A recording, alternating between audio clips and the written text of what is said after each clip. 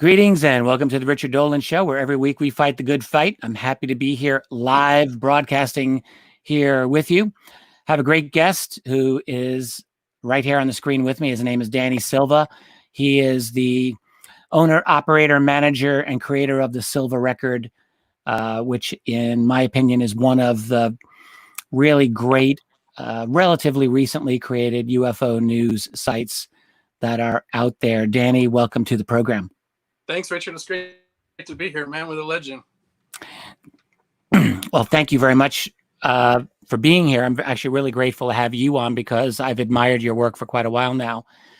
And I can't remember when I first learned about you. It's been a couple of years. I think I heard about you probably initially from Grant Cameron, who, of course, now famously in our community dubbed you as one of the young guns.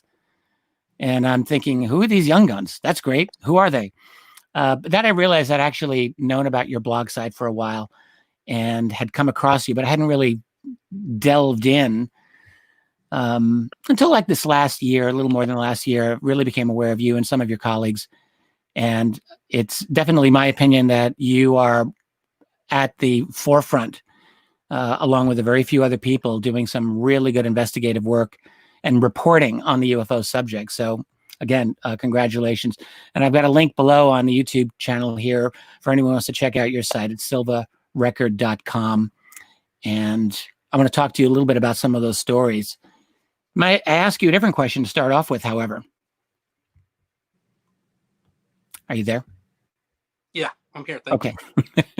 May I ask you a different question to start off with? Yeah. Sorry. Yes, please. I always laugh when people would ask me this question, and I got asked it about 1 million times, but I actually genuinely want to know this of you, which is, how did you get involved in the UFO subject to begin with? What is your journey that got you here? Let me start, I guess, from the very beginning. You know, I was just growing up, and I don't know if it was because I was watching too many movies or what I was doing, but I felt like there was something kind of like missing, or something that, like, there's something in the world that we don't know about. It's just the feeling I've always had. I don't know if that's accurate or if it was just Hollywood ingrained it in my mind or what. And so I was always questioning things, and I always felt kind of different from other people. I'm not sure why, but then moving along, I was kind of just interested in UFOs. I wasn't super gung-ho about it. I thought it was really cool, but I was, living my life, trying to do music and do other things. And one day, I had a little clock radio next to my bed, and I had just moved, and it was like the only piece of media I had. I didn't have a TV yet or anything. And I just started flipping the dial, and all of a sudden I heard Art Bell's voice, and he said UFO. And I was like, what? And I didn't know who Art Bell was. Mm-hmm. And I just started listening to the clock radio like every single day. I found out what Coast to Coast was, and I was listening to Art Bell. I started listening to George Knapp, and I became a real big Coast to Coast fan. And I just realized that there was this whole other world that you don't normally hear about in, mainstream news, especially. And unless you're on the internet or you're really digging, you're not going to be hearing about this stuff. And Art Bell just kind of opened up a whole new world for me. That was many years ago. And I was still kind of on the sidelines. I was just a fan. I was real contemplative and questioning things. And then what really did it for me was the ATIP reveal and the New York Times story. And that changed everything for me. I kind of had anxiety at first, just thinking, wow, this is really real. Like, this is what you wanted. This is what you were asking for, and now it's here.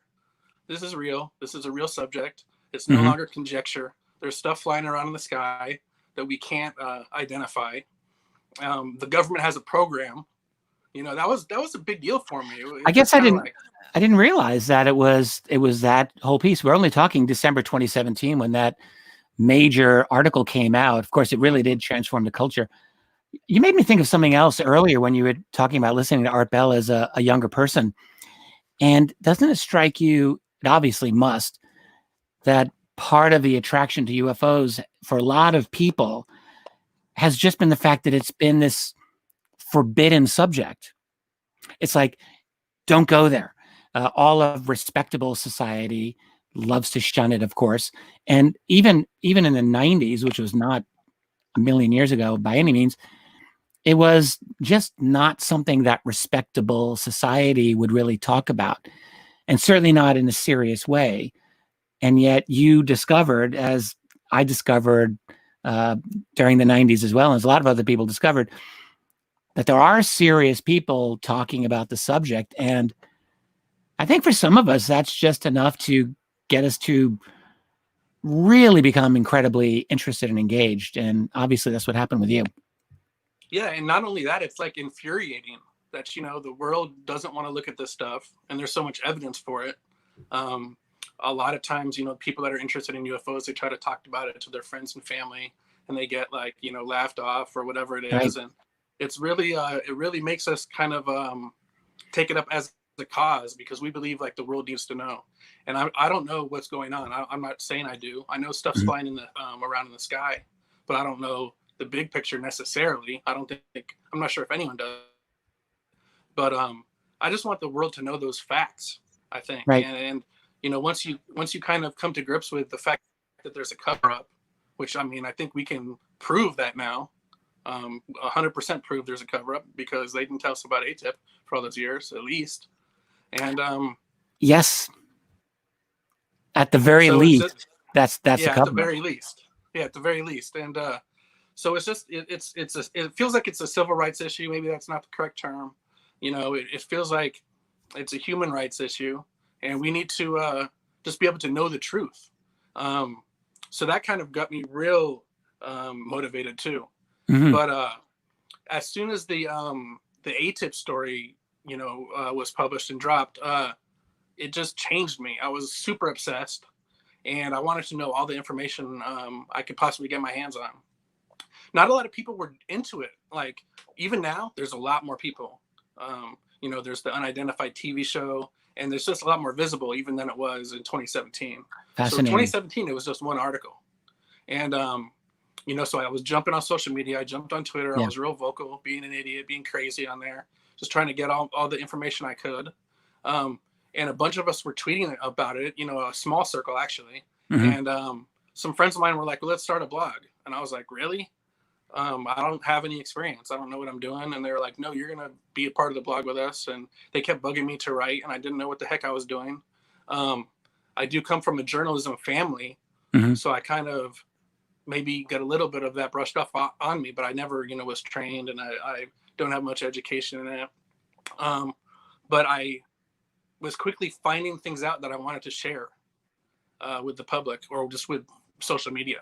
And that's when I realized I can actually dig up my own stories and share them, or get leads and just share pertinent information with everybody. Yeah. And it happened kind of quickly. That blog I was working on, it kind of dissolved, and then I started my own, and I never looked back. But I never set out to really do this, and it was just a real organic process. It was kind of weird, because I've spent my life working so hard at music and beating myself over the head with it, trying to make it happen. And then this UFO stuff just came a lot more naturally to me. But now I'm trying to I'm getting on the job training, if you will. And I'm trying to go by journalistic standards, even though I'm not a trained journalist, and I wouldn't call myself one. But I'm trying to hold up those standards. There's certain people in the UFO field, and I'm not knocking them, that's what they do, but they're trying to speculate more, or they're more just like commentators and things like that. And I just never necessarily felt comfortable with it, because I was never an ATIP, and I was never, a government contractor. I'm just some guy listening. So I'm able to talk to these people and talk to these sources, or talk to my friends, if I become friends with them, and get information and share it. But I kind of stopped short at coming to a lot of conclusions necessarily. Right. Just because I don't feel like I'm in a place to know it. But well, you've actually become maybe experts, too strong a word for any of us, but you've definitely developed a very strong knowledge of a lot of the things around the ATIP program. For anyone who hasn't been following this for 3 years, Advanced Aerospace Threat Identification Program, which was the UFO program that was officially run out of the Pentagon that we absolutely know about, that's been confirmed. which, by the way, we're going to talk about the earlier program in a minute. But you've developed a very strong knowledge of that. You've developed a very strong knowledge of the organization To the Stars Academy, TTSA, which, of course, there's a lot of overlap there. And you've developed, at least it sounds like, good communication with a number of the members of TTSA and the ATIP group. That's fair to say, right?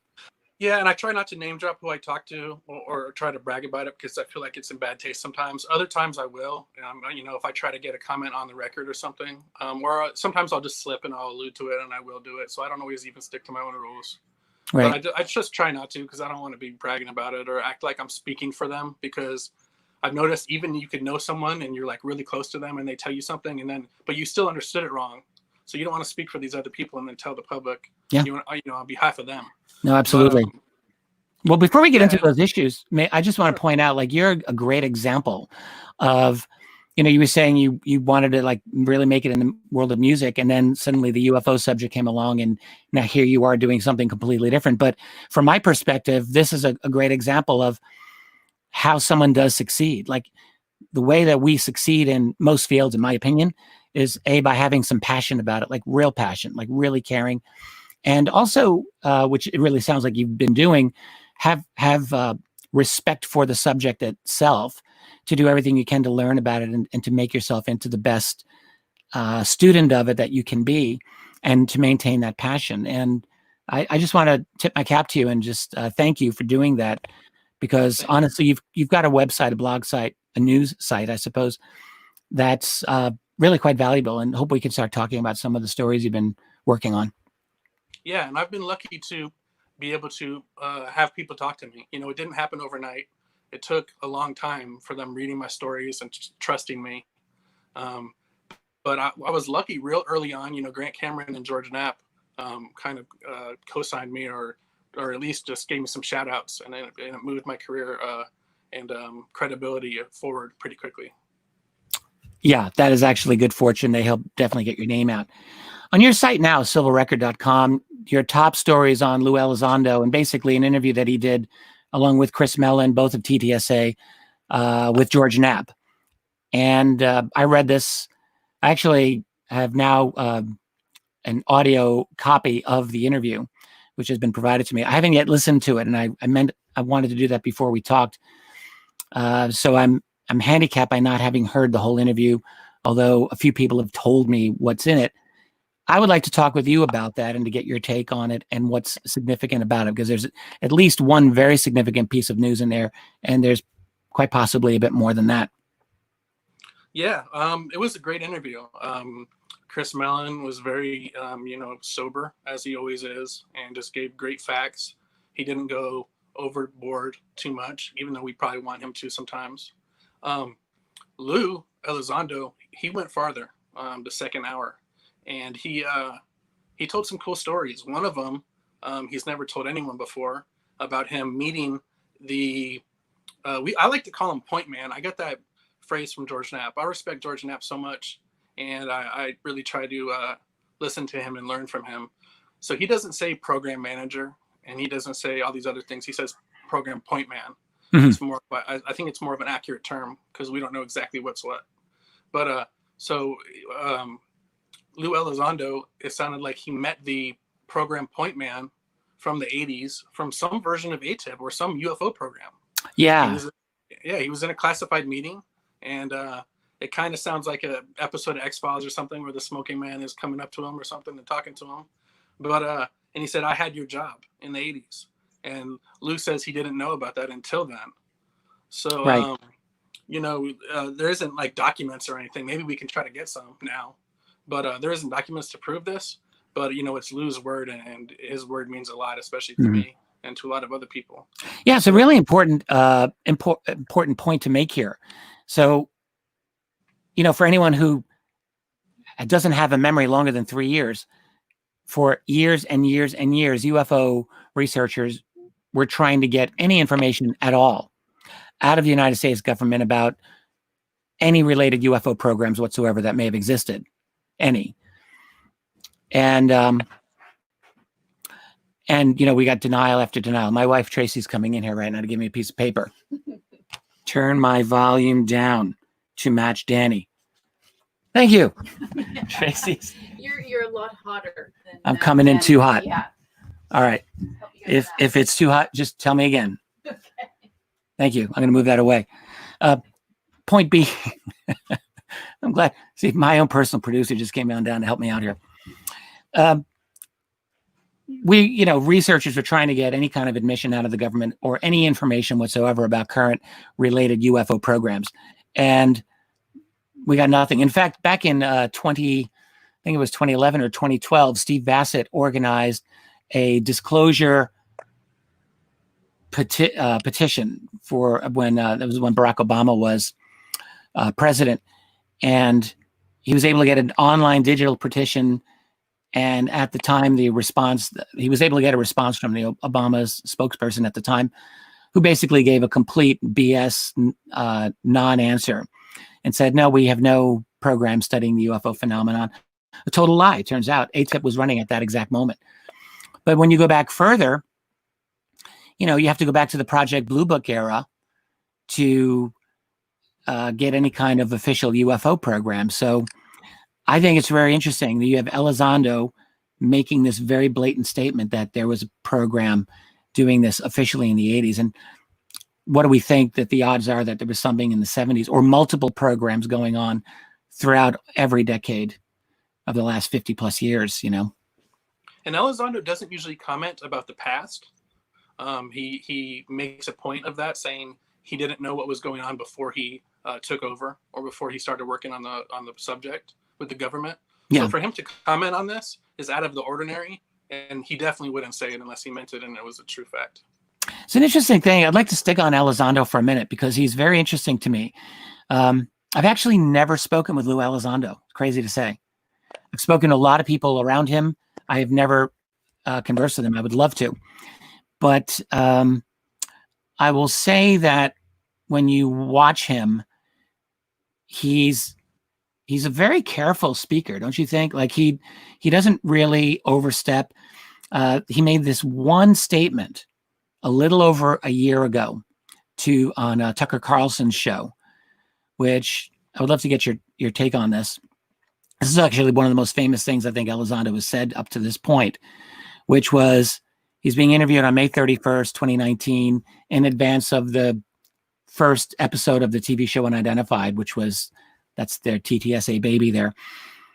And he's on there, and Carlson ends the interview by asking if Elizondo knew if the U.S. government had possession of any of these, I think he used the word aircraft, but he was really talking about UFOs.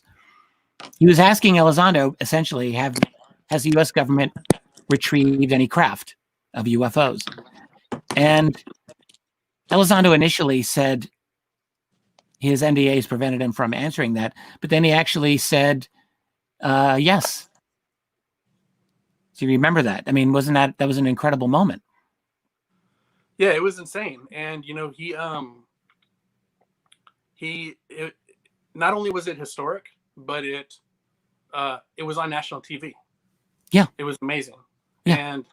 And some people are criticizing him. Why didn't he provide evidence after the fact and things like that? But the fact of the matter is, he said it, and he's trustworthy, and he's from the government. So it's a big deal. Well, some people use that against him. I mean, obviously, one of the biggest criticisms that have been said about him and TTSA in general is that they're all government spooks, dedicated to a disinfo program for deception. And, talk to different people, you'll get different reasons as to why. I guess you don't believe that. No, I trust him. I've been able to meet him in person, and I think he's a great person. I think he's very trustworthy. I think he wouldn't be putting his life out there and changing his life up and doing all these things just to trick someone and just to trick us. He moved his family across the country. Mm-hmm. I think he would be a lot happier doing other things. It's not easy being a public person. I'm just getting the taste of that, and I'm just some little guy. I will say that I've gotten this from other people close to him who've essentially hinted that to me, that in other words, that Lou is actually taking a hell of a beating publicly and in his personal life over, I mean, I don't know how much in a personal life, but that it's stressful for him, I guess is what I mean to say, being in the position that he is in. Yeah, it's got to be really stressful. It stresses the heck out of me, and I'm just a blogger. And I'm an amateur reporter. I can't imagine being, a government guy that went public. Just seeing the hate on social media for Lou and for To the Stars, and they never respond and they never say anything about it. But especially at first, it was really, really bad. It was toxic as heck. Like the internet is. The internet is always like that in any subject. It doesn't matter if it's knitting or something, but everyone's going to be arguing about Dungeons and Dragons on the internet. But it's especially bad in UFOs. But yeah, and I think he should have been treated like more of a hero. And instead he was kind of ripped apart, and it's still happening in some of the media. I think what he did, it was Lou Elizondo who was the instrumental person, it seems to me. Maybe you can shed light on this, in getting the 3 original UAP videos declassified at all from the U.S. Navy. I mean, that was really him. Am I missing something here that's critical?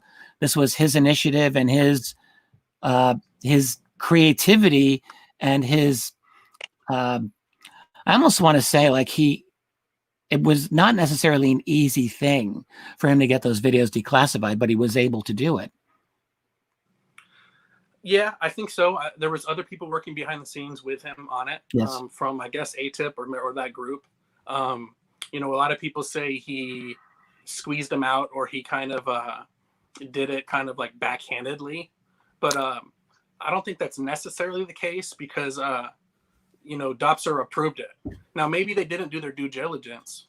Dopser didn't when they did approve it. Well, it's the impression that I've gotten, which was that he, and this isn't to accuse him of anything, because I'm really glad that he did it, but that he sort of downplayed the extraordinary element of them, and downplayed the UFO element of these videos, essentially. And I think had he been more explicit about that, it might be that they might not have gotten declassified. So, I mean, underhand is too strong a word here, but he was definitely, it seems that he was not totally upfront about it. But again, see, to me, that's to his credit, right? Yeah. I don't know if that's the case. I mean, it could be. I don't know for a fact. Okay. Well, I can check up on it. I should actually ask him directly. Yeah. This had been my understanding, but maybe I'm wrong about it. But I agree with you. Like, what he has done so far has been important. And yeah, I think a lot of these guys are taking a hit for what they're doing. And you and I, we chatted a little bit prior to this interview. And is it true to say that because of his interview on Tucker Carlson last year, that he's taken gotten some negative repercussions from certain quarters of the military? Is that true? I'm not sure. It's a good question. I know that it could have happened.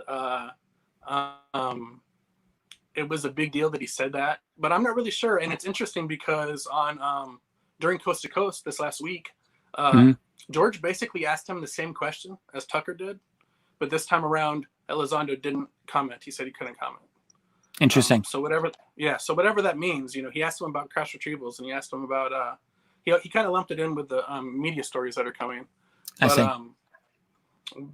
And of course he wouldn't comment on that. But yeah, I mean, it was basically the same comment that Tucker asked him, that same question. So I don't know if something's changed. I haven't heard if there was any flack. Now, we know that Elizondo still has his clearances. So if there was blowback, it couldn't have been. It didn't affect that. Yeah.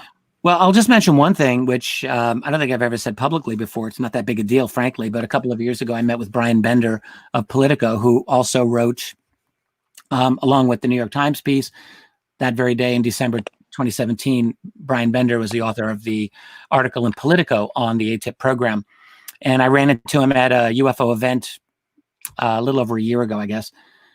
And we didn't really have a long conversation, but I did ask him, I gave him my take on TTSA. And I said, I'd like to know, do you agree with this or disagree with this? And my take was that TTSA is, I described them to him as essentially a faction of people in the military intelligence community who had as their goal to get some of this information out publicly, and that they had friends and enemies within the Pentagon.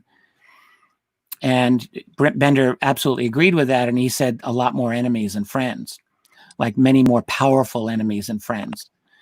It's about all he wanted to say with me at the time. But I think, I mean, everything that I've seen really points to that. And when I hear people talking about them being some kind of op disinfo, I think, you know, my take on this, and I'm going to jump back to your journalism, is that it's very easy for people in the alternative field to get into the habit of thinking every single thing is an op and that every single thing is controlled from the elite or from whomever. And my feeling is that while our establishment media is very much part of a control system, and is in a lot of ways almost on a par with the old Soviet system back in the days of the USSR, nevertheless, it's not exactly the same level of control that existed in the Soviet Union. We're not there yet. And so what I like to tell people is there still remains some wiggle room within that establishment. And this is why you've got journalists like Leslie Kean and Ralph Blumenthal over at the New York Times. And this is why even like Carlson's question Elizondo, it doesn't mean that no one has connections to the intelligence world. But I personally believe that there are still moments where even in the major established media, that there is some, as I like to call it, wiggle room. What do you have an opinion on that? Yeah, I mean, they definitely have enemies and they definitely have friends, you know, behind the scenes. It's kind of hard to understand how things shake out, you know, without knowing. Right. I often ask myself when we were talking about it earlier, was there some sort of a green light that happened that made it okay for everything to come forward? Or what, at least what did come forward, was there a green light? I'm not exactly sure. Elizondo kind of said yes when he was talking to George Knapp on Coast to Coast, but it wasn't like super definitive. And I think we can see where the Navy is working with them so much, and the Navy is doing so much and being so upfront that obviously the Navy probably likes them and they may have some connections with the Navy. Whereas maybe some of these other you know, military armed forces, they're not really liking it too much.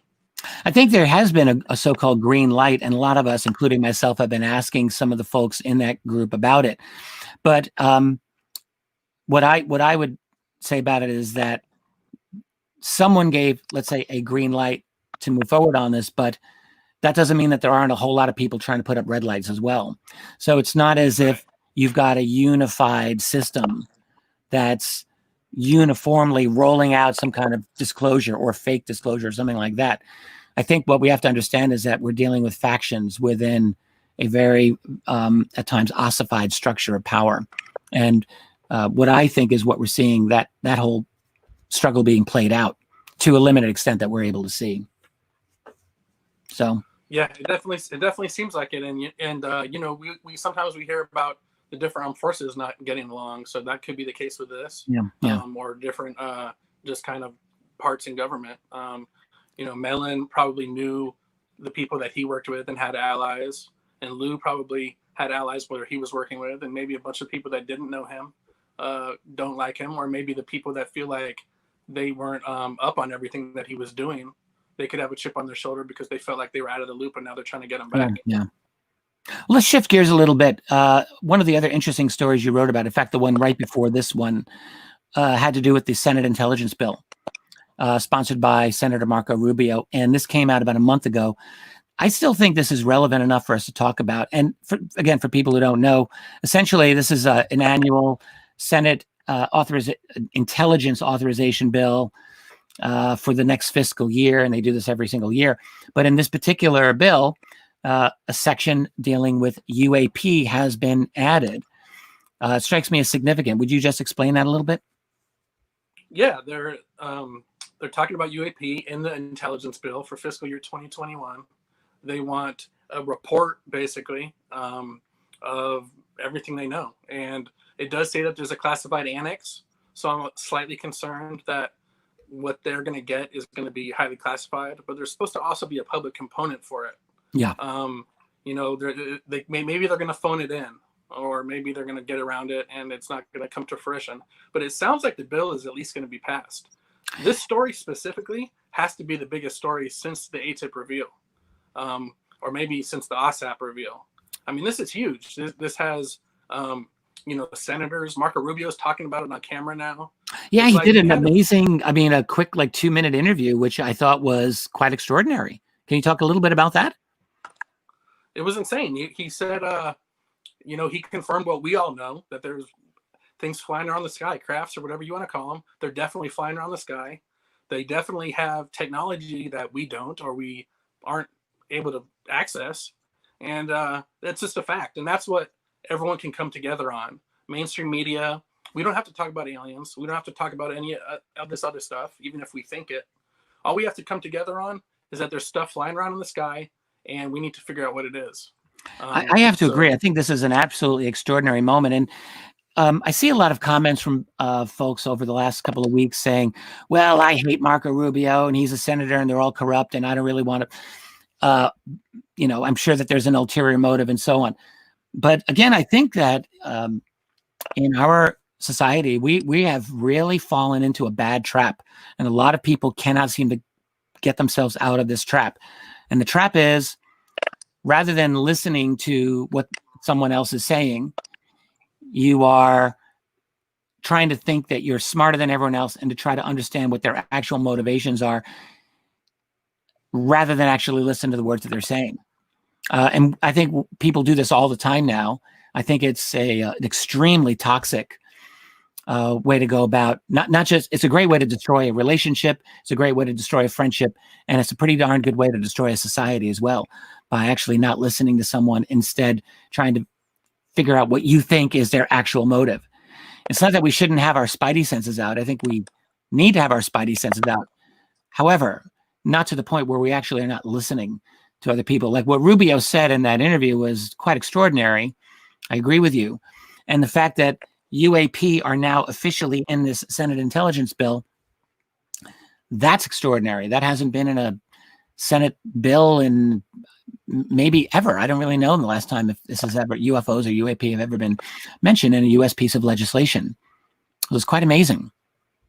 Yeah, and the only way we're going to move forward is if we totally throw politics out the window. It's partisan, it's toxic. Everyone's always going to be arguing. I'm not super, focused on Marco Rubio's politics. All I know is that he's talking about UFOs now. So in a way, we need to kind of treat this subject like the military does it and try to be apolitical. Elizondo talks about that. It's really the only way to do it. It has to be bipartisan. I'm sure Mr. Mellon has political feelings. We know Tom DeLonge has political feelings because he's tweeted about them excessively. But at the end of the day, if we want UFOs to move forward and this subject to move forward, we're going to throw politics out. We're going to support anyone that on the UFO subject. We don't have to support them on the other things they're doing. But if they're dealing with the UFO subject, we have to support them. And I'm going to be reporting on any politician if they're talking about UFOs. I'm going to be reporting on what they say because I report on UFOs. I'm not vouching for what they're doing. I'm just reporting on their comments. 10 years ago, I co-authored the book AD After Disclosure with Bryce Zabel. And Bryce, by the way, was one of the creators of the television show Dark Skies back in the 90s. Really great show. Bryce was wonderful. And one of his distinctive contributions to that book was the idea that, in a post-disclosure world, let's just say we get to that, there obviously will be a lot of questions that the public will ask, and there'll be a lot of anger as well over, years and years of criminal secrecy. But it was Bryce's opinion, and I bet he still believes this. I should ask him that what we really will need moving forward would be a kind of national, like a reconciliation committee, as it were. So in other words, if we actually think that we're going to be prosecuting all of the secret breakers for years and years and years, we will very likely never get any kind of information out of them, certainly not willingly. And I think you're speaking to a similar spirit here, which is people may have all kinds of arguments about politics, which that seems to be all that we do as a society these days. But there are definitely areas where we can, in fact, come together, at least for a little while. And honestly, ending this ridiculous secrecy on UFOs I think that's a no-brainer, right? Yeah, and it's just going to get worse this year with the election coming up. It's going to get real ugly, especially on social media. But if we're UFO reporters and we're about the UFO subject and we're UFO activists, like a lot of us like to call ourselves, Right. we just totally have to take this stuff out, or we're just gonna be arguing forever and never come together. So that's just the bottom line. Yeah. So what other interesting, I want to ask about interesting stories that you've got. And also I'm actually interested in your, by the way, I don't know if that sound I'm hearing in the background is from you or me. I'm hearing a little bit of a grinding sound. I don't know if that's something on your end. Well, maybe we're having feedback. This is one of the joys of doing live video interview. Like, you never really know what's going to move in on the sound. Anyway, you sound good. So let's just keep going. I wanted to get your opinion, your general take on the UFO phenomenon itself, what your thoughts are on this. Do you think that we're dealing with a non-human intelligence? Do you think we're dealing with deep black budget military tech? Are we dealing with some other kind of phenomenon? Or do you even have an opinion? I try not to, if I want to just be a straight reporter. I think that from talking to people that I think would know, generally very few people believe that what we're seeing, these craft, are, Russian or Chinese or United States. Some people do, but when you really dig behind the scenes, some reporters think it's us and it's secret projects. But when you really dig behind the scenes on some of these sources that really would know or be read in, they really don't seem to think it is. No, they absolutely do not. No, they really don't. They really don't. Yeah. So I kind of side with them, and they know more than me. And if you look at the unidentified show, they're kind of, every episode, they're kind of like getting closer to it a little bit. And even Chris Mellon on Twitter has kind of gone farther a little bit. He's moving it farther. It's like every time we're taking a little bit step closer. We don't want to just freak people out. You definitely don't want to go up to Marco Rubio and say, "Hey, bro, aliens," even though he kind of mentioned it on that last interview he did. He said he would rather have it be from somewhere else than be Russia or China, because that would be more of a threat, which was interesting. So it does sound like the senators actually probably did bring up the alien question in these briefings. I have very little doubt that they actually, when they know that they're not being recorded, that they are actually pretty frank about it. And, it's very obvious. I think that goes with everybody. Yeah. When you hear, I used to really be very critical. I would hear Elizondo or Chris Mellon make these public statements saying things like, well, we don't really know what these things are. And okay, where in fact, if you've been studying this with any kind of consistency as I have for so many years, or anyone else who's been studying this, knows that this is not from Russia or China, at least not primarily. And anyone who's really delved into this knows that. And they also know that those nations have had their own UFO encounters that are absolutely inexplicable, just like ours. But it's become very obvious that they say this for a reason. Like, this is purely for public consumption and purely for political consumption, so that they are able actually to get anyone to listen to them. And one of the members of that crowd just said to me confidentially, but in a tone of real exasperation, he said, look, to get anyone in the political world to listen to us at all is almost like you need an act of God here to just get them even to listen. Like, it's very, very difficult. And the same with the mainstream media, which has just put up this huge wall of indifference. And so really you can see what they're trying to do is simply, so that's why they use the word threat all the time. Potential threat, potential threat, potential threat. Whereas the folks in the UFO community are throwing their hands up thinking they're trying to terrify us and get the national security community to, raise their budget and to convince everyone that aliens are evil. No, I don't think that's the case at all. I don't think even remotely. I think they're trying to get the attention of a political and media establishment that just will not listen. So, right. I mean, yeah, definitely. You agree, or? And you can, one quote I pulled from episode 1 of season 2 that Elizondo said. He said the calculus hasn't changed, meaning kind of the UFO events haven't changed. And he named a bunch of events, and he said going back to Rome. So if he thought it was Russia or China, he wouldn't say the calculus hasn't changed going 2,000 years ago. So I thought that was pretty telling. I know. Well, look, I mean, we have the show Ancient Aliens, and even without that, there's actually a lot of evidence that goes way back of highly anomalous events that, at least if nothing else, are very suspicious. They really make you wonder. So it's not surprising that he is aware of that. Plus, this is a guy who's been very closely associated with Robert Bigelow, Skinwalker Ranch, and other kinds of weirdness. So you've got to assume that they're all keyed in on that to the max. So, okay, you're willing to acknowledge that this is probably something that may be beyond our civilization. We're being visited. No, I don't think it is. I don't think it is. Do I know for a fact? No, I don't. I'm just listening to people. Mhm. But I'm listening to people that are smarter than me. But no, I don't think it is. Now, I'm sure when the Navy is reporting sightings that some of those are probably drones for sure, man-made drones. But, it only takes a few of them to be not man-made drones to kind of prove the point. Yeah, I think we can probably safely say that there is probably a lot of our own tech that is not known that may be accounting for a lot of these sightings. But the fact is, when you go through airspace violation after airspace violation, all the things that they're talking about in the show Unidentified, I've been writing about for many years as well.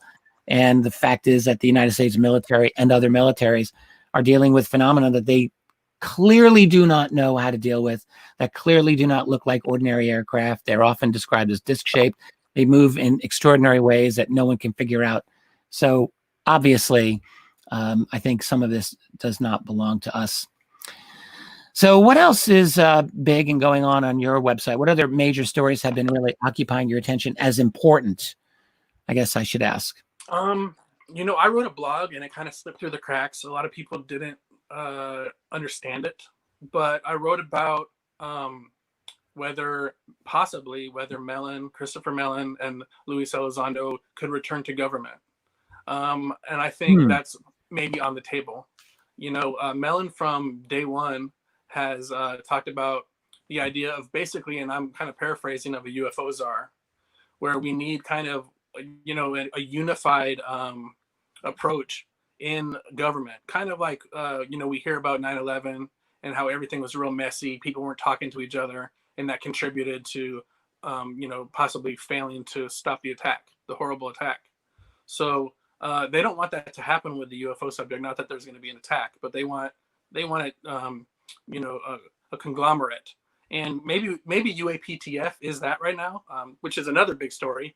We've had the confirmation of a UAP task force, which is huge. Oh yeah. Let's talk a little bit about that. That's with the Navy. Can you describe that, please?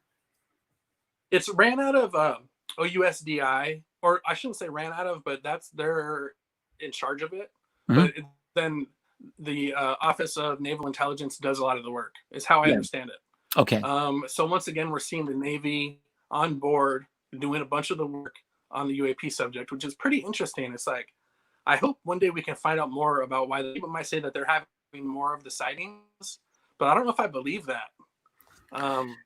Maybe. Well, this is only something we just recently learned about, this task force, and I don't know how much information about it is really known. And I guess I had the idea that it was run exclusively out of the Navy, but you're saying it was actually above the Navy, but that Navy intelligence is actually doing the heavy lifting here. Is that more accurate? Yeah, it's like they described it as a multi-agency task force. It's the continuation of ATIP. I was able to confirm that. And the Navy is doing most of the heavy lifting. And that's basically all we know. There's reports, and I was also able to confirm that the person who runs it is higher up than Elizondo was, which is kind of good to hear. Even though Elizondo was very high in the government, we want this to be as high as possible. So maybe they're able to get more resources or more, information and things like that. I don't know if they're, I don't understand if they're a special access program or not. I would think maybe not, since we're hearing about it, but I don't really understand that whole side of it. But Susan Go confirmed it, and then now it's in the intelligence bill. So much of what the intelligence bill is talking about is the UAP task force has to do it. Right, that's right. They're going to be some people were thinking the bill creates the task force, but no, the task force is already going on. It's ATIP under a different name. Yeah. I am wondering if UAP Task Force is the official name for it. It might not be. That might just be what they're telling the public. Yeah, but it's even interesting that it's included at all. Yeah, and I am really surprised this isn't a bigger story. When ATIP broke that story, even though Elizondo was saying it never ended, the New York Times was kind of saying it did end. And if you watched a lot of the national media coverage of it, they were saying it ended in like 2012. Yeah. So I felt like the public was able to kind of compartmentalize it in their minds, saying, "Oh, they had a UFO program, but it's over." Well, now, yeah, we but know it's for a fact not. there's an ongoing UFO program. Yeah, I mean, exactly. it's ongoing. So I just kind of I want to like shake the public and make them realize there's an ongoing UFO program. Ideally, and I've been told this will never happen. Ideally, we get to hear from the point man of UAPTF and have a press conference with them, because that would really drive the point home. But apparently that's never going to happen, and they're always going to stay in the shadows. It's been a little bit of a surprise for me to see like how all these UFO related media bombshells have been dropped over the last 3 years, and they have not led to any kind of snowballing effect, no avalanche. Like I have to admit, like I'm surprised. The original New York Times piece and Politico piece of 2017 was a big deal, and yes, it did generate some follow-up. But then it just died by the early spring of 2018. It was really not being talked about hardly at all. Then in spring of 2019, you get a big follow-up in the New York Times, and that certainly was important. There were a lot of statements by the Navy and by the Pentagon as well. But as one person close to all of that said to me, well, it's just more toothpaste out of the tube. And that's true, but no big avalanche was occurring. And we've had continual, like really new pieces of information coming out. And I think you're right to ask, like, where is the big response? Like this last Senate intelligence bill, like the implications of this are really quite significant. And yet, other than, a couple of sort of almost mainstream sources, but there really isn't anything significant in the major media, right? They're just not talking about it. So that's the surprise to me. Like I had gone on an assumption for many years that if a big bombshell piece of UFO news were to come out, that this would be enough to wake people up, and we haven't gotten there yet. It's weird, in what was it, storming Roswell? Storm Area 51. Story. Storm Area 51. That was a huge story, like in the media. I guess just because it was more personable, maybe, or something. But this story was so ridiculous that I think the media just thought, yeah, let's just do that one because it's so stupid. It's appropriate to their level of intelligence. And so this story should be, and that was interesting. And, I'm not saying they shouldn't have reported on it, but I would just like to see that level of interest in this. Maybe when the bill passes and people know it's real, and they have, they gave them 180 days once the bill is passed to submit the report. So that's going to be pretty interesting once that bill passes and they're on the clock and we're able to count down 180 days. Maybe it'll get a lot more media traction at that point. One of the folks I was talking to about this pointed out to me that you're going to have a lot of intransigence within the Pentagon structure, because part of that bill talks about the various intelligence assets that are being used by the defense establishment that will, like satellites, for example, things like that. And that getting those various agencies to collaborate and to share information is going to be one hell of an obstacle by itself. And it's going to be a very difficult thing to do. So it's not necessarily set up for success, but again, one problem at a time, right? So. Yeah.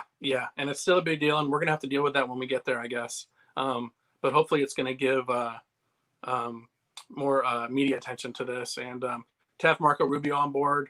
And I'm hoping more senators come out and speak. Maybe Marco Rubio will speak more. And I think that'll be big. So I can't believe we've actually gone through 49 minutes of this interview. I've got you scheduled for 55 minutes. And I just want folks to know, if you are a member of Richard Dolan Members site, I'm going to be following up with Danny for an additional interview for our site alone. If you're not a member, sorry, you can always join up. It's cheap, it's easy, and we have a lot of fun over there. Actually, I have a lot more than simply part twos of interviews as well. I probably got 3 to 4 times of the video content that I produce publicly is probably on that website. But in the last 5 minutes that we have here, Danny, I'm going to ask you to dive into any particular topics that you think are of a special importance to the UFO field, where you think we're going to be going, or what you think is important that we haven't yet discussed. I'm going to give you the floor. I'm not sure. You know, I think it's going to be a lot more of this government stuff and more headway with the government. I think that's what we have to be doing right now. Well, I have a question. You know, everyone is always hoping for more video. I want to ask you then. Oh yeah. Yeah, I think we have a little bit of a feedback issue, but we're good. So there's rumors circulating all throughout our happy little community about some kind of big announcement, big news in mainstream media. Have you been talking about this? Is this on any of your blog feeds, or have you been talking about this publicly? I've talked about it a little bit, not as much. I talked about it on Coast to Coast with George Knapp. We know a bunch of people have been interviewed for that story. Right. George Knapp said it on Coast to Coast again. George Knapp himself knows 4 people. So they're digging around on some big story. What's going to be in the story? Is everyone overhyping it? It may be getting overhyped at this point, I think. Yeah, you got to wonder. But yeah. The people working that going to be in the story, but we do know what they've been asking around about. We know what they've been asking around about, and they've been asking some heavy topics and some very interesting topics and some woo topics, if you will. So they're not just going by a lot of the nuts and bolts stuff. They're going by more interesting things, you know, than some people might think that they would. I don't know if they're just trying to get a feel for everything before they dive in, or what's happening, but they're asking around about a lot of things. They're talking to a lot of people. So we're just gonna have to see what the editors allow them to print and what they think they have enough evidence to print. Yeah, and I think you handled that actually really well, because we don't want to mention names. We don't even want to mention organizations, although I think a lot of folks kind of have a very clear idea about what's happening here. And almost as a professional favor, I've been trying not to really talk about this a lot, but it's almost impossible not to at this point. So much has been built up. And it's true, like overhyping this could be a really big problem. And that's one reason we probably don't want to, but I couldn't help but ask you, because I think you have your finger on the pulse of this a little bit. It's very exciting. Last question I'm going to ask you before we wrap this up. Do you have an opinion on what it would take to get us over the tipping point, maybe is the word, toward some kind of avalanche effect or some kind of disclosure that would happen? Is there something that you can imagine, some kind of information bomb, as it were, that would irrevocably move us in a direction of ending UFO secrecy? Do you have a thought about that? I think TTSA is the process, and I think the process has started. Now, as far as just like the end hammer, I'm not sure. I mean, if they showed a craft or something, obviously. Yeah. A lot of these things I thought were kind of smoking guns. Like I thought the Nimitz was a smoking gun. And Me too. Actually, I mean, I'm kind of still, I'm surprised that it wasn't more of one. That's an amazing case. Yeah. I mean, so I don't know. And I guess we're just going to need multiple smoking guns, and we're going to have to keep hitting them over the head with it. And the public and the news media is just going to need more and more and more until they just can't deny it any longer.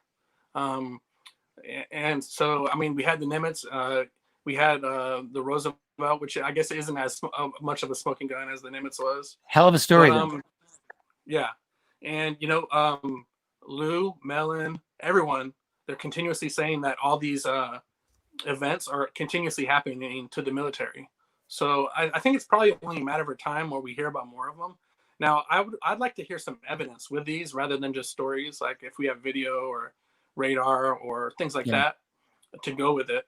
But there's going to be probably more military cases. I've heard about a bunch of other military cases. So I think eventually we're going to get more Nimitz style with evidence cases, and maybe eventually it'll just kill it.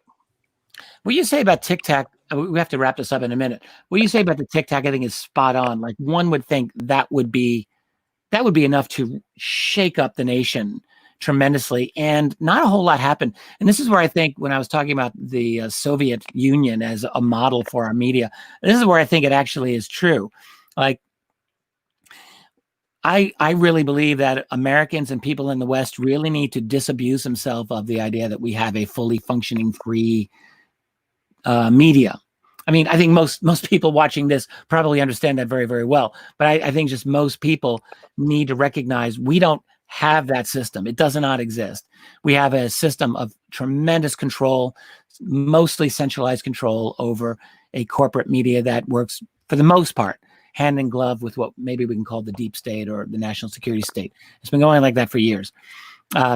There are opportunities there are openings, because they're not all unified. There are factions within that. And that's why I think we see organizations like TTSA are able to do some of the things they do. But by and large, we're dealing with a kind of neo-Soviet style media system. And I think if we had a truly open system, stories like the Tic Tac might just have gotten out and been able to have a lot more forward motion than they've had. And unfortunately, they just kind of died. And, you know, we like to think we can ignore the mainstream media, the establishment corporate media, but the fact is they still have tremendous power in the society, and they're just not pushing it. And that's, I think, one reason we're stuck. So, it probably has to do with it. And, you know, also, people's motivations are weird. You know, we're more interested in celebrities and sports and things like that. And I don't know how we can change that either. No, this is a long human story. Well, Danny, I just want people to know your website, silvarecord.com. Its link is below. Please do check it out, people. Any other things that you want to tell people about how to get in touch with you, or what you want to be working on, or anything else before we sign off? I'm always interested in story tips. You can contact me on my website. I get a bunch of emails every day. I might not answer right away, but I read everything. And I'm on all social media. And just thank you for having me, Richard. It's a real honor. You know, I've been listening to you for a lot of years, so thank you. Danny, it's been my pleasure to have you on. So we're even on that one. So I appreciate that. I want to thank all the listeners who've been here and who provide us their support. If you like what you see here, please do subscribe to my channel. Do hit the like button, smash that like button. It means a lot to me. It helps me in my struggles with the YouTube empire. And for those of you who want to follow up with Danny and me, if you're a member of Richard Dolan Members, please do go there. We're going to be starting a follow-up interview in just a couple of minutes. For now, I want to thank all of you. And remember, while we learn and grow and search for the truth, let's be good to each other. Catch you all next time.